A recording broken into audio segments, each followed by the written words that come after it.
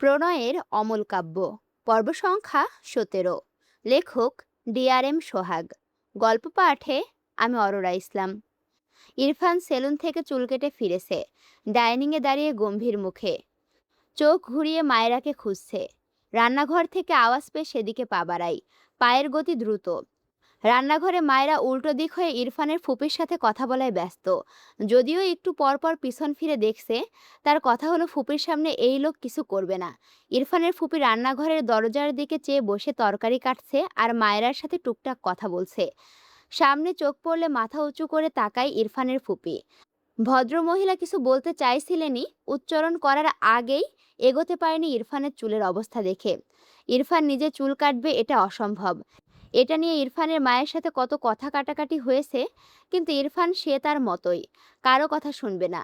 তার যা মনে চাইবে সেটাই। তাকে হঠাৎ এভাবে দেখে ভদ্রমহিলা ভূত দেখার মতো করে চমকানো দৃষ্টিতে তাকিয়ে আছে। মায়েরা ইরফানের ফুপির এমন অবাক হওয়া দৃষ্টিজোড়া দেখে নিজেও অবাক হয়। কি তার পিছনে? সে নিজেও পেছন ফেরার আগেই কেউ তাকে ঝট করে কোলে তুলে নিল। মায়েরা চিৎকার দেয়। ইরফান গটগট পায়ে তার ঘরের দিকে যায়। ইরফানের ফুপি বোধহয় বুঝেছে কাহিনী, কিন্তু দ্রুত উঠে পড়লেন।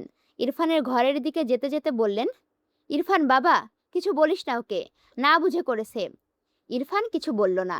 তার ঘরে গিয়ে পা দিয়ে ঠাস করে ঘরের দরজা লাগিয়ে দেয়। মায়েরা ইরফানের কোলেই ছটফটায়। ইরফান মায়েরাকে ঠাস করে বিছানায় ফেলে দিয়ে হাঁটু মুড়ে বসে। মায়েরা ভীত চোখে ইরফানকে দুহাতে ঠেলে সরাতে চায়, তবে ইরফান মায়েরার দুহাতে তার বাম হাতের মুঠোয় নিয়ে পেছনে চেপে রাখে। মায়েরার গাল ডান হাতে চেপে রাগান্বিত চেহারায় দাঁতে দাঁত পিষে বলে, কোথায় পেয়েছো এত সাহস? Stupid, speak up! মায়েরা কেঁপে ওঠে, আর চোখে একটু তাকায়, অতঃপর চোখ নামিয়ে মিনমিন করে বলে, আমি মানুষ বানিয়েছি আপনাকে, এখন দেখুন তো কি সুন্দর লাগছে। আগে আপনার মাথা ভর্তি আফ্রিকার জঙ্গল লাগতো, বুঝলে?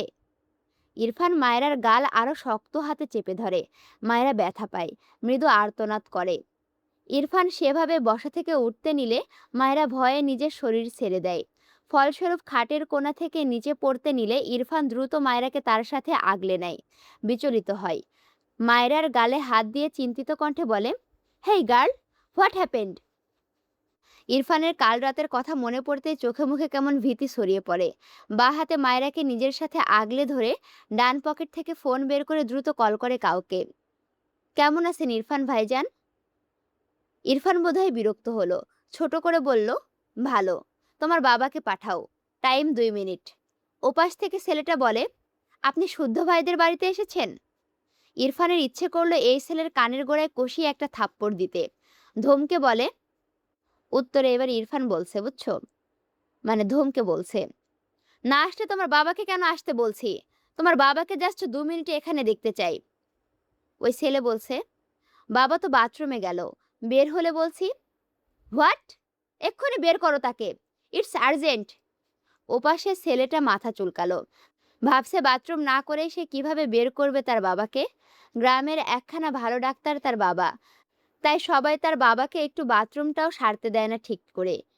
ইরফান কোনো সাড়া না পেয়ে গমগমে স্বরে ধমকে দিয়ে বলে, কথা বলছো না কেন?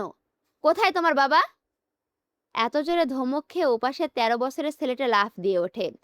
এপাশে ইরফানের বুকে মাথা রাখা মায়েরা কেঁপে ওঠে। ইরফান ফোঁস করে শ্বাস ফেলে ঘাড় বাঁকিয়ে মায়রার দিকে তাকায়। তীক্ষ্ণ চোখে কিছুক্ষণ মায়রার পানে চেয়ে গম্ভীর স্বরে বলে, তোমার বাবাকে প্রয়োজন নেই। ভাইজান আপনি রাগ করলেন? বাবা বের হলেই। ইরফান কল কেটে দেয়। ডান হাতে ফোন মুঠো করে শক্ত করে ধরে।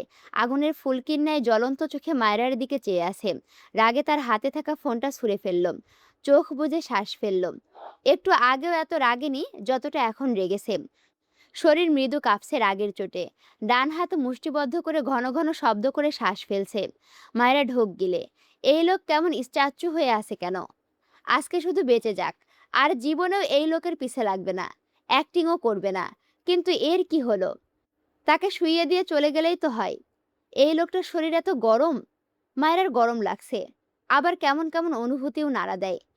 বারবার ভিতর ঢোক গিলে ইরফান হঠাৎই মায়রাকে ঝাটকা মেরে তার থেকে দূরে সরিয়ে সর্বশক্তি দিয়ে মায়রার ডান গালে থাপ্পড় মারে। মেয়েটা খাট থেকে ঠাস করে পড়ে যায়।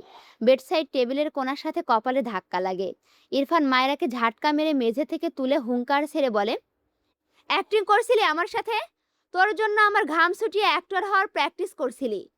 কথাটা বলে ডান গালে আগের চেয়েও শক্তি খাটিয়ে আরেকটা থাপ্পড় মেরে দেয়। মায়েরা আবারও উল্টে পড়ে যেতে চায় মেঝেতে।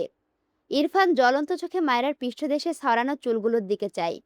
মায়রার পাশের বেডসাইড টেবিলে জোরে সরে একটা লাথি দিয়ে হনহন করে বেরিয়ে যায় ঘর থেকে। মায়রার মাথা ঝিমঝিম করছে, চারিদিকে কেমন অন্ধকার দেখছে।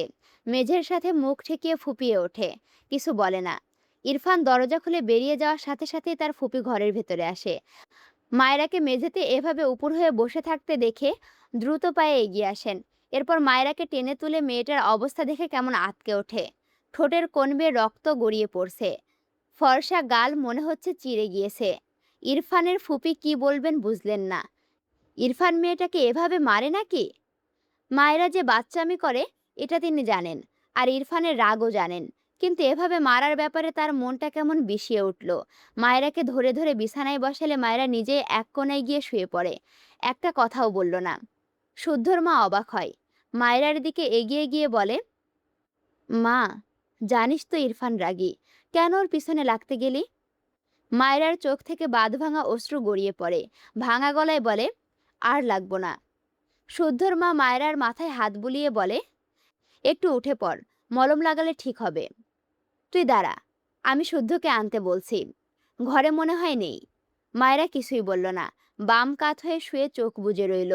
চোখের পানিতে বালিশ ভিজিয়ে ফেলেছে। ইরফান প্রায় অনেকদিন হলো একদম মারে না। সে এর মাঝে কত দুষ্টুমি করলো, মারেনি তো। এতদিন পর হঠাৎ এভাবে মার খেয়ে মেয়েটা ভীষণ কষ্ট পায়। সে ভেবেছিল তার কাজে মায়েরা মার খেতে পারে, ওই লোক তো ভালো না।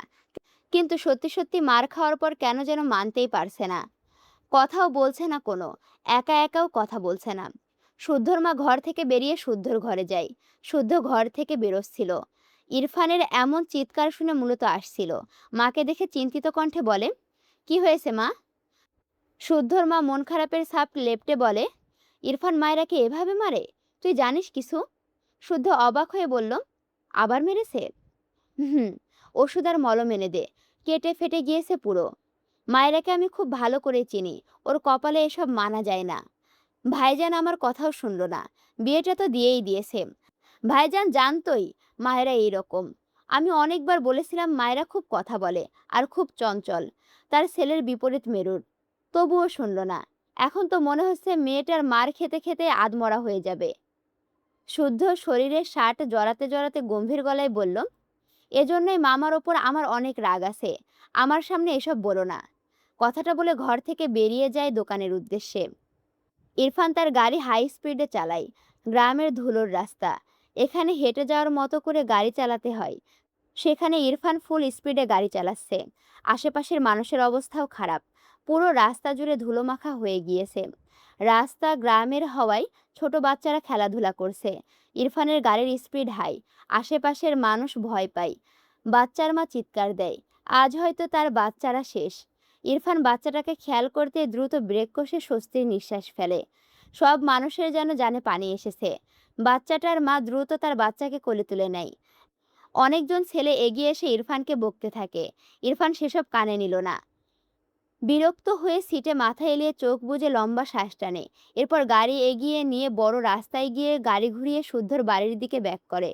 শুদ্ধ ব্যথার ওষুধ আর মলম সাথে ওয়ান টাইম ব্যান্ডেজ এনেছে। দ্রুত পায়ে মায়েরার ঘরের দিকে যায়। তার মা ওখানে আছে। ঘরের ভেতরে পা রাখতে নিলে ইরফান শুদ্ধর কলার টেনে ধরে। শুদ্ধ বিরক্ত হয়ে পিছু ফিরে বলে, টানছিস কেন? স্যার, বউকে মেরে কেটে ফেটে দিস, আমাদের সেবা করা লাগে। কি জামাই তুই, সর, ভাগ। কথাগুলো বলে ইরফানের দিকে বড় বড় চোখ করে তাকায়। ও মা, ওর চুল এত সাইজ হলো কিভাবে? হিসাব মিলল মনে হয়। এর জন্যই মায়েরা মেয়েটা মার খেয়েছে। শুদ্ধর মায়েরার জন্য মায়া লাগলো মার খাওয়াই, কিন্তু একটা ধন্যবাদ প্রাপ্য তো মেয়েটা। কি সাহস ভাবা যায়। ইরফান রেগে গম্ভীর গলায় বলে, বউ আমার, মারবো আমি, মলমও লাগাবো আমি, তুই কে? শুদ্ধ চোখ বড় বড় করে তাকায় ইরফানের দিকে। একদিনে এত চেঞ্জ, ছেলেটা হজম করতে পারছে না। এটা তো ইরফানই, কিন্তু কথাগুলো এমন অপরিচিত লাগছে কেন? ইরফান বিরক্ত হয়ে শুদ্ধকে ঠেলে সরিয়ে দেয়। শুদ্ধ নিজেকে সামলে নিয়ে হাতের প্যাকেট ইরফানের দিকে বাড়িয়ে দিয়ে ধমকানো কণ্ঠে বলে, এগুলো নে, নয়তো মলম লাগাবে কিভাবে? ইরফান শুদ্ধর হাত থেকে নিয়ে প্যাকেটটা ছুঁড়ে ফেলে। দাঁতে দাঁত চেপে বলে, ওর দিকে। বলতে গিয়েও থেমে যায়। ফোঁস করে শ্বাস ফেলে রেগে বলে, ভেতরে যাবি না, এখান থেকে যা। শুদ্ধ ভুরু কুঁচকে তাকায় ইরফানের দিকে। কথাটা বলে ইরফান ঘরের ভেতরে যায়। শুদ্ধ মাথা চুলকায়। হিসাব তো মিলছে না এখন। কি হচ্ছে এসব? মেঝেতে পড়ে থাকা প্যাকেটটার দিকে তাকালো। এটা ফেললো কেন? ভ্রুজোড়া কোঁচকালো। কিছু ভাবতেই কোঁচকানো ভুরুটা খানিকটা শিথিল হলো। ইরফান জেলাস, এটা তো আগেই বুঝেছে সে। আর ফাইজ, কিন্তু এতটা? আর সে তো তার মানবতার খাতিরে ওষুধ আনলো মেয়েটার জন্য।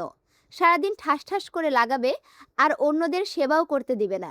বিড়বিড় করলো, দাঁড়া, তোকে সোজা করছি আমি। মায়েরার পিছনে নাকে দড়ি দিয়ে ঘোরাবো। শালা বেয়াদব। বিয়াদব, বুঝছো? শুদ্ধর মা ইরফানকে দেখে এগিয়ে এসে কিছুটা রেগে বলে, এভাবে মেরেছিস কেন মেয়েটাকে? ইরফান তার ফুপির থেকে চোখ সরিয়ে উল্টো ঘুরে শুয়ে থাকা মায়েরার দিকে তাকায়। কিছু না বলে চুপচাপ একটা চেয়ার নিয়ে মায়েরার মাথার কাছে বসে পড়ে। শুদ্ধর মা ইরফানকে দেখে অবাক হলো। ছেলেটার চোখ এমন লাল কেন? ইরফানকে চুপচাপ এক ধ্যানে মায়েরার দিকে তাকিয়ে থাকতে দেখে আর কিছু বলল না। যেতে যেতে বলল, আর মারবি না ওকে। এরকম করলে আমি আমার শ্বশুরবাড়ির ওই দিকের কারোর সাথে মায়েরাকে বিয়ে দিয়ে দিব। বলে তিনি নিজেই দরজা চাপিয়ে দিয়ে চলে গেলেন। ইরফান রাগে স্বল্প আর দীর্ঘ সময়ের মাঝামাঝি সময়ের জন্য। এখন ওকে ঠান্ডা লাগালো বলেই তো তিনি নিজেই একা ছেড়ে বাইরে বেরিয়ে গেল। ইরফান তার ফুপির কথার পিঠে কিছু বলল না। দীর্ঘশ্বাস ফেলে মায়েরার দিকে চেয়ে থাকে। ভারী নিঃশ্বাসের শব্দে বুঝলো মায়েরা ঘুমিয়েছে। ঠোঁটের কিনারায় রক্ত আধা শুকনা হয়ে লেপ্টে। ডান হাত বাড়িয়ে বুড়ো আঙুলের ছোঁয়ায় কিছুটা মুছে দিল। মায়েরা ঘুমের ঘোরেই কেঁপে উঠল, শব্দ করে শ্বাস ফেলে। ব্যথায় চোখ মুখ কুঁচকে নেয়। ইরফান দেখল মায়েরার মুখের ভাব। পকেট থেকে মলম বের করে বাঁ হাতের সাহায্যে আলতো করে ডান গালে মলম লাগায়। মায়েরার কপালে বিরক্তির ভাঁজ, তবে ঘুম ভাঙে না। ইরফান পকেট থেকে বেশ কিছু ওষুধ বের করে বেডসাইড টেবিলের ওপরে রাখে। এরপর মায়েরার এলোমেলো চুলগুলো ঠিক করে দেয়। গলার ভাঁজে চোখ পড়লে ভুরু কুঁচকে ফেলে। কেমন কালচে দাগ। একটু ঝুঁকে ডান হাত বাড়ালে মায়েরা পিটপিট করে চোখ মেলে তাকায়। ইরফানকে তার এত কাছে দেখে চোখ বড় বড় করে তাকায়। ইরফানকে তার দিকে হাত এগিয়ে আনতে দেখে দ্রুত ইরফানের হাত ধরে ভীতস্বরে বলে, কি করছেন? ইরফান মায়েরার দিকে তাকায়। কিছু না বলে মায়েরার থেকে হাত ছাড়িয়ে নেয়। গলার সে কালচে জায়গায় বুড়ো আঙুল ছোঁয়ালে মায়েরা মৃদু আর্তনাদ করে ওঠে। দু হাতে ইরফানের হাত সরিয়ে দেয়। ইরফান মায়েরার কাজে বিরক্তি ঢেলে বলে, এখানে কি হয়েছে? মায়েরা অবাক হয়ে তাকালো ইরফানের দিকে। নিজে মেরে গেল, এখন ঢং করছে। গাল মুখ সব ফেটে দিয়ে গলায় পোড়ার দাগ চোখে পড়ছে। মায়েরা কিছুই বলল না। ইরফান আবারও হাত এগোলে মায়েরা রেগে ইরফানের হাত ঝাড়া দিয়ে সরিয়ে দেয়। মেজাজ খারাপ লাগছে তার এই লোককে দেখে। শোয়া থেকে উঠে বসে বিছানার এ মাথা থেকে ও মাথায় গিয়ে উল্টো হয়ে শুয়ে পড়ে। একটা কথাও বলে না। ইরফান তবদা খেয়ে চেয়ে আছে। কি হলো ব্যাপারটা? এই মেয়ে তাকে এইভাবে অ্যাভয়েড করলো, আবার রেগে যাচ্ছে। দ্রুত বিছানার ওপরে উঠে মায়েরাকে টেনে শোয়া থেকে উঠালো। মায়েরা রেগে মেগে চিৎকার করে বলে, ছাড়ুন আমায়, জীবনেও কথা বলবো না আমি আপনার সাথে। কথাগুলো বলতে বলতে ইরফানের গলা, বুক, মুখ খামচে দিল। ইরফান মায়ের দুহাত পিছনে শক্ত হাতে ধরে গম্ভীর গলায় বলে, আমায় রাগিও না। মায়েরার এত রাগ লাগছে বলার বাইরে। খুন করতে ইচ্ছে করছে এই লোককে। মুচড়ামুচড়ি করে নিজেকে সারাতে চাই। ইরফান বা হাতের শক্ত হাতে মায়েরার দু হাত সহ পেট নিজের সাথে চেপে ধরে। ডান হাতে মায়েরার কাঁধের চুলগুলো সরিয়ে দিয়ে দেখার চেষ্টা করে। মায়েরা মাথা নিচু করে নেয়। দেখতে দিবে না কিছুতে এই লোককে। ইরফান বিরক্ত চোখে তাকায়। বা হাতে ধরে রাখা মায়েরাকে ছেড়ে সে হাতে মায়েরার মাথা উঁচু করে বা দিকে হেলে রাখে। মায়েরা ছাড়া পেয়ে আবারও ইরফানের থেকে নিজেকে সরাতে চাইলে ইরফান ডান হাতে মায়েরাকে নিজের সাথে চেপে শান্ত কণ্ঠে বলে, স্টুপিড, দেখতে দাও আমায়। মায়েরা কিছু বলে না। বন্ধ চোখের পাতা বেয়ে জল গড়ায়। ইরফান মায়েরার দিকে একবার তাকায়। মেয়েটা কাঁদছে, তবে নীরব। ইরফান ডান হাতে গলার পোড়া জায়গায় মলম লাগিয়ে দেয়, কিন্তু মায়েরাকে ছাড়ে না। মায়েরা বিড়বিড় করে, জীবনে যদি কথা বলেছি এই জল্লাদের সাথে, তাহলে আমার নাম আমি নিজেই চেঞ্জ করব। মায়েরার বিড়বিড়িয়ে বলা কথাগুলো ইরফান শুনল। শান্ত চোখে চেয়ে থাকে মায়েরার দিকে। কি মনে করে ঠোঁট বাঁকিয়ে সূক্ষ্ম হাসে। মায়েরা বিরক্ত হয়ে চোখ মেলে তাকালে ইরফান গম্ভীর মুখায়াব করে তাকায় মায়েরার দিকে। মায়েরা ইরফানের থেকে নিজেকে সরিয়ে নিতে চাইলে ইরফান নিজেই ছেড়ে দেয়। মায়েরা ইরফানের দিকে তাকায় না, চুপ করে গিয়ে উল্টো ফিরে শুয়ে পড়ে। ইরফান বেড থেকে নেমে ওয়াশরুমে যায়। মায়েরা মাথা উঁচু করে দেখল, এরপর বিছানা থেকে নেমে ধীরে ধীরে ঘর থেকে বেরিয়ে যায়। ইরফান শাওয়ার নিয়ে ওয়াশরুম থেকে বেরিয়ে বিছানা ফাঁকা দেখে ঘরের চারিপাশে চোখ বুলায়। মায়েরাকে না দেখে বিরক্ত হলো। এগিয়ে গিয়ে দ্রুত শার্ট প্যান্ট গায়ে জড়ালো। হাত ঘড়ি পড়তে পড়তে বাড়ি থেকে বেরিয়ে যায়। ফুপির ডাকে থেমে যায়। কোথায় যাচ্ছিস ইরফান? বাসায় যাচ্ছিস নাকি? খেয়ে যা। ইরফান পিছু ফিরে আশেপাশে চোখ বুলায়। হাত ঘড়িতে একবার সময় দেখে বলে, নামাজ পড় যাব ফুপি, এখন একটা কাজে যাচ্ছি। এ কথাটা বলে দ্রুত পায়ে বেরিয়ে যায়। গাড়ি স্টার্ট দিয়ে তার এক ডক্টর ফ্রেন্ডকে কল করে বেশ অনেকক্ষণ কথা বলল। তোর ছোট বোনের প্রবলেম নাকি? আমার চেম্বারে নিয়ে আয়, তাহলে ভালোভাবে ট্রিটমেন্ট করাতে পারবো। আপাতত এই ইনহেলার ইউজ করতে বল। ইরফান গম্ভীর মুখায়াবে ছোট করে বলল, বাই। এরপর কল কেটে দেয়। গ্রাম থেকে প্রায় 25 কিলোমিটার দূরে একটা ফার্মেসিতে আসে ইরফান। তার ফ্রেন্ড যে ইনহেলারের কথা বলেছে সেটা কিনে পকেটে রাখে। এক জায়গা থেকে প্রায় হাফ বস্তার কাছাকাছি বিভিন্ন রকমের ফলমূল কিনে গাড়ির ব্যাক সিটে রেখে গ্রামের উদ্দেশ্যে রওনা হয়। একটু পরপর হাত ঘড়িতে সময় দেখছে। জুম্মার দিন বলে বারবার সময় দেখে। গ্রামে গিয়ে জুম্মার নামাজ পড়তে হবে বলে। প্রায় 30 মিনিটের মতো ড্রাইভ করে ইরফান শুদ্ধর বাড়ি পৌঁছায়। ব্যাক সিট থেকে দু হাতে ফলমূলের ব্যাগ নিয়ে দ্রুত পায়ে বাড়ির দিকে আসে। গ্রামের বাড়ি, গেট বেশিরভাগ সময় খোলাই থাকে। ইরফান হাতের ব্যাগগুলো টেবিলের উপরে রেখে দেয়। এরপর দ্রুত বাসা থেকে বেরিয়ে যায় মসজিদের উদ্দেশ্যে। মায়েরা গোসল করে নামাজ পড়ে শুদ্ধর মায়ের ঘরে শুয়ে পড়ে। শুদ্ধর মা নামাজ পড়ে এসে মায়েরাকে জোর করে খাইয়ে দিয়েছে। মেয়েটা সকালেও খায়নি, মায়েরা খেতে চায়নি, কিন্তু শুদ্ধর মা শোনেনি, জোর করে খাইয়ে দিয়েছে। এরপর মায়েরা কিছুক্ষণের মাঝেই ঘুমিয়ে যায়। ইরফান দু হাত প্যান্টের পকেটে গুজে ঘুমন্ত মায়েরার দিকে চেয়ে আসে। নামাজ পড়ে এসে তার ঘরে মায়েরাকে না দেখে এই ঘরে এসেছেন। মায়েরাকে ঘুমের মাঝে নিজেকে গুটিয়ে নিতে দেখে ইরফান ভুরুকুসকে নিল। খানিক নিচু হয়ে মায়েরার কপালে হাত দিয়ে চেক করে মায়েরার শরীরের তাপমাত্রা। স্বাভাবিক দেখে হাত সরিয়ে নেয়। ফোনে কল আসলে ইরফান পকেট থেকে ফোন বের করে বাবার কল দেখে রিসিভ করে। বেরিয়েছো? ইরফান গম্ভীর গলায় বলে, নো। তারেক নেওয়াজ রেগে যায়। এই ছেলের প্রবলেম কি? এমন তো নয় বউয়ের আঁচলের তলা থেকে বেরোয় না। এই ছেলে তো বউকে দেখতেই পারে না। উল্টা আজ নাকি মায়েরাকে মেরেছে। তার বোন কল করেছিল কিছুক্ষণ আগে। রেগে বলে, তুমি ওই বাসা থেকে বের হও, মেয়েটাকে একটু স্বস্তিতে থাকতে দাও। ইরফান বিরক্ত হয় বাবার কথায়। মায়েরার মুখের দিকে চেয়ে থাকে চুপচাপ। ওপাশ থেকে তারেক নেওয়াজ রেগে বলে, তুমি খাওয়া দাওয়া করে বের হও এক্ষুনি। সকালের মিটিং ক্যান্সেল করে বিকেলে দিলাম, তুমি এখনো রওনা দাওনি? উল্টে ওখানে থেকে মেয়েটাকে মারছো। ইরফান কিছুই বলে না। তারেক নেওয়াজের মেজাজ খারাপ হলো। রেগে বলল, আমি তোমার ডিভোর্সের ব্যবস্থা করছি, তোমাকে আর মারতে হবে না ওকে। এবার রওনা দাও আর মিটিংয়ে জয়েন করো। ইরফান রেগে তার বাবার ফোন কান থেকে সরিয়ে সুইচ অফ করে পকেটে রাখে। ফোঁস করে শ্বাস ফেলে একবার মায়েরার মুখের দিকে তাকিয়ে গটগট করে পা ফেলে ঘর থেকে বেরিয়ে যায়। ডাইনিংয়ে তার ফুপিকে দেখে এগিয়ে গিয়ে তার ফুপির সামনে দাঁড়ায়। পকেট থেকে ইনহেলার বের করে তার ফুপির দিকে বাড়িয়ে দিলে শুদ্ধর মা অবাক হয়ে বলে, আমার তো এসব প্রবলেম নেই বাবা, এটা কার? ইরফান থতমত খেয়ে তাকায় তার ফুপির দিকে। মায়েরার নাম বলতে চাইল, কিন্তু মনে পড়ছে না। অনেকবার শুনেছে কিন্তু মন ছিল না, তাই মনে নেই। শুদ্ধর মা ভুরুকুসকে তাকিয়ে আছে ইরফানের দিকে। ইরফান জিভ দিয়ে ঠোঁট ভিজিয়ে বলে, ওই মেয়েটার অ্যাজমার প্রবলেম আছে, এটা ওকে দিও। শুদ্ধর মা ভুরুকুসকে বলল, কোন মেয়ে? ইরফানের বিরক্ত লাগছে, কি বলবে বুঝতে পারছে না। শুদ্ধ চেয়ার টেনে বসে বলে, তুমি এত কম বোঝো মা, ওর বউ ছাড়া আর কে আছে বলো তো? ইরফান বিরক্ত চোখে তাকায় শুদ্ধর দিকে। শুদ্ধর মা অবাক হলো। সবাই যে বলে ইরফান মায়েরাকে দেখতে পারে না, মেনে নেয় না, যেভাবে মারলো তারও সকালে এমনটাই মনে হয়েছিল। এখন তো তেমন লাগছে না।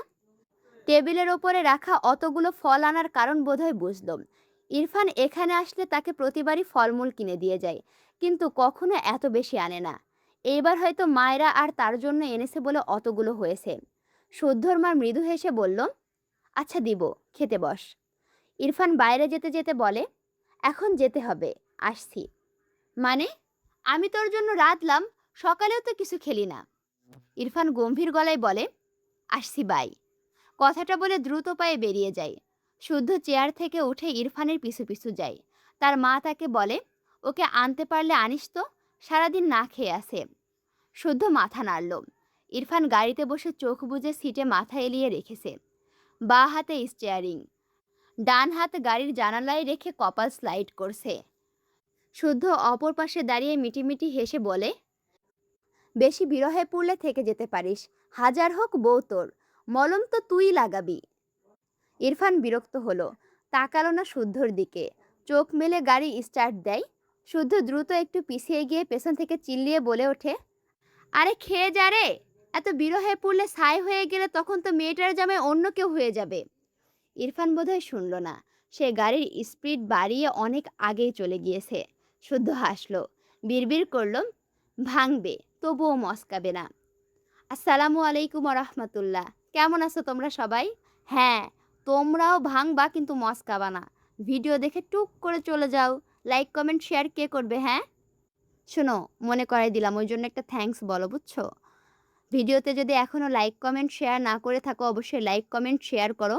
আর এখনও যদি আমার চ্যানেলটি সাবস্ক্রাইব করে না থাকো অবশ্যই সাবস্ক্রাইব করে পাশে থাকো। দেখা হচ্ছে পরবর্তী ভিডিওতে। আমি তোমাদের সাথে আছি, তোমাদের অপ্রিয় পাঠিকা অরোরা ইসলাম। আল্লাহ হাফেজ।